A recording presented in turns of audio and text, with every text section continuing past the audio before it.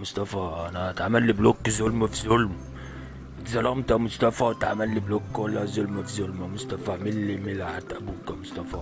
ظلمت والله، ظلموني. يا كبير خلاص ولا يهمك، نعمل لك اكونت باشا عادي. مادام انت عايز تاكل لقمة عيش حلال اكيد ان شاء الله هنساعدك على الحلال. سلمها لله يا كبير، بكره ان شاء الله اديك ايميل وتتوكل على الله. هو انت بقى حاتم اميري؟ لا يا عم حاتم، عامل ايه؟ عم حاتم بقى ارحمنا شويه من فيديوهاتك دي يا عم حاتم. كل شويه بقى عمال ورك ورك ورك ورك، ما ترحمنا شويه يا حاج. يعني انا غلطان ان انا عمال اوعي الناس واكلمهم؟ انا غلطان مثلا؟ يعني ما احنا على طول عمالين نوعي الناس وبنكلمهم وهم مش عايزين ياخدوا بالهم. انا بقى عايز اوعي الناس، عايز الناس كلها تاخد حذرها من شركة اوبر. اخر مرة ضحكوا عليا وادوني على عيني. انا مش كل شوية اخد على عيني، لا لا، لازم احذر الناس كلها وما اخليهمش ياخدوا على عينهم. خلي بالك من الحتة دي يا فندين. انت بتكلمني كده ليه؟ خلاص يا عم حاتم، اللي انت شايفه صح اعمله. حقك على اللي انا بوعيك اللي انت مالكش دعوه الكباتن مش هتنفعك بحاجه. ساعه الجد الكل بيجيب ورا، وفي الاخر انت اللي هتتكرع يا عم حاتم. عايز بص يا عم حاتم اقول لك الخلاصه، عايز تكسب وتبقى مية مية، ها؟ خليك مع شركه اوبر وفكك من الكباتن مش هتفيدك صدقني يا صاحبي. ساعه الجد مش هتلاقيهم. يا عم اديني بحاول معاهم، انا كده بحاول معاهم وخلاص. اعمل ايه طيب؟ مع انهم بيفضلوا يشتموني ويقلوا ادبهم عليا، بس اعمل ايه؟ اكيد في زي ما في محترم، زي ما في ابن 60 في 70. مش عايزين نغلب بقى يا عم. يلا سلام. عم مصطفى ادوني بلوك تاني يا عم مصطفى، ادوني بلوك تاني. دول ناس ظلمه يا عم مصطفى، كل شويه يظلموا فيا ويدوني بلوكات يا عم مصطفى. كل شويه بلوك يا عم مصطفى، بيدوني بلوكات يا عم مصطفى. كل شويه يدوك بلوكات يا عم. في ايه؟ يا الشركه ظالمه قوي كده؟ طب انا بقى لما ارجع البيت اشوف انت بتعمل ايه. تمام، انا هشوف واعرف انت بتعمل ايه. سلام يا صاحبي، سلام. يا نهار اسوح، ايه ده؟ مديونيه 3000 جنيه في يومين؟ يا ابن المفتريه، يا ابن الحراميه، ايه اللي انت بتعملوه ده؟ ايه ده؟ انزل لي من العربيه يلا، انزل يا عليا هنا، انزل لي من العربيه وتعالى كلمني، انزل لي. هو في ايه يا عم مصطفى على الصبح يا عم مصطفى؟ انا عايز الايميل عشان اتوكل على الله يا عم مصطفى. هو في ايه يا ابني؟ بقول لك انزل لي يا ابني. انا كنت مديك العربيه دي عشان تاكل بيها عيش، ودي عربيتي، ومديلك عشان تاكل بيها عيش مش عشان تسرق بيها الناس. انزل يا ابني، تسرق بيها الشركه؟ انزل انزل لي، انا عايز افهم منك. انزل لي قول لي بقى كده بالصلاه على النبي، انت كنت بتعمل ايه عشان ابقى فاهم بقى. يلا حبيبي قول لي كده اهوت الايميل ازاي بقى فيه مديونيه 3000 جنيه. يلا يا حبيبي فهمني دي.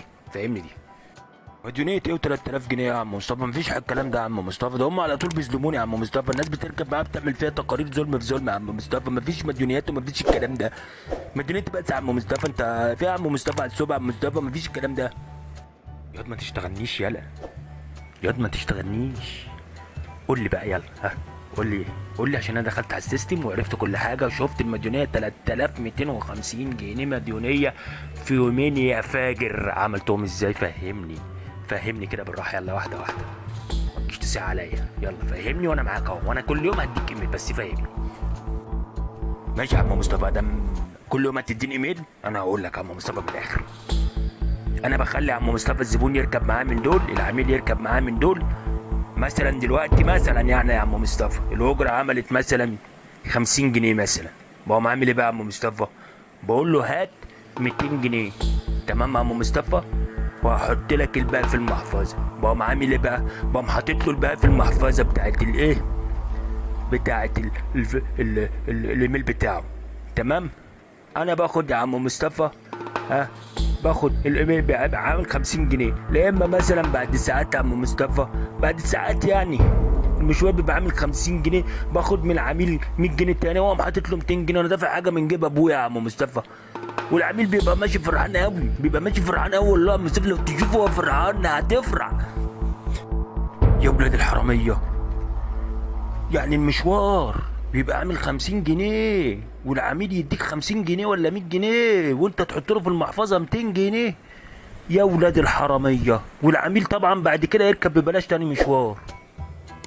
ايوه يا عم مصطفى، امال ايه؟ على النعمة يا عم مصطفى، انت لو تشوف العميل وهو ماشي بص شوية شوية كده اهوت، هغني له اغنيه حسب الله يا عم حسبي. على النعمه العميل بيبقى ماشي يرقص، ولو واحده بقى ركبت معاه بقى عملت معاه الحكايه دي، بتبقى نازله بص، عايز اقول لك بص، تبقى الفرعه بتبص كده من عينيها. بص يا عم مصطفى، على النعمه بتبقى فرحانه قوي، تبقى بتبص كده من عينيها.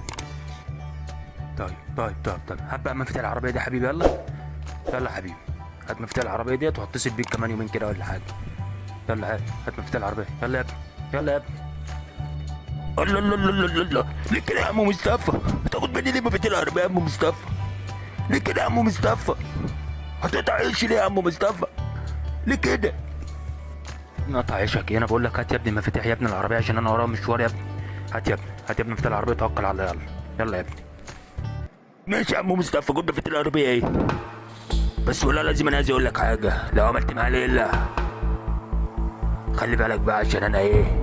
الجروب بتاعك بقى، وفي جروبات كتير، ومش هحلك والله يا عم مصطفى، والله ما هحلك، انا بقول لك اهو. بص يا ابني، انا عايز اقول لك حاجه، طول ما انا ماشي بما يرضي الله ولا يشغلني ولا انت ولا غيرك، روح يا ابني اعلى جبل اطلع. يا مصطفى ايه الاخبار؟ انت مالك عامل كده ليه يا عم؟ اخبار ولا تسر عاد ولا حبيبي يا نادر. شفت الكباتن بتعمل ايه؟ المشوار بتاع العميل بيبقى عامل 30 جنيه، ياخد من العميل 100 جنيه، 100 جنيه، ويحط له في المحفظه 200 جنيه. بيخسروا الشركه وبياكلوا عيالهم حرام. يرضي ربنا يا نادر الكلام ده؟ يا حبيبي ده الموضوع اكبر من كده بكتير قوي، ده انت غلبان، ده انت نام في العسل يا مصطفى، ده انت طلعت يا مصطفى غلبان، ده الموضوع اكتر من ده الموضوع اكبر من كده بكتير. ده الكابتن من دول بيعمل نفسه اللي هو راح اسكندريه، وهو بيبقى راكب من مصر، بيعمل نفسه اللي هو راح اسكندريه بحاجه اسمها فيك لوكيشن، وبياخد من الشركه من الفيزا. تعرف بياخد كام يا مصطفى؟ بياخد حق الرحله وهو اساسا ما راحهاش. الموضوع كده.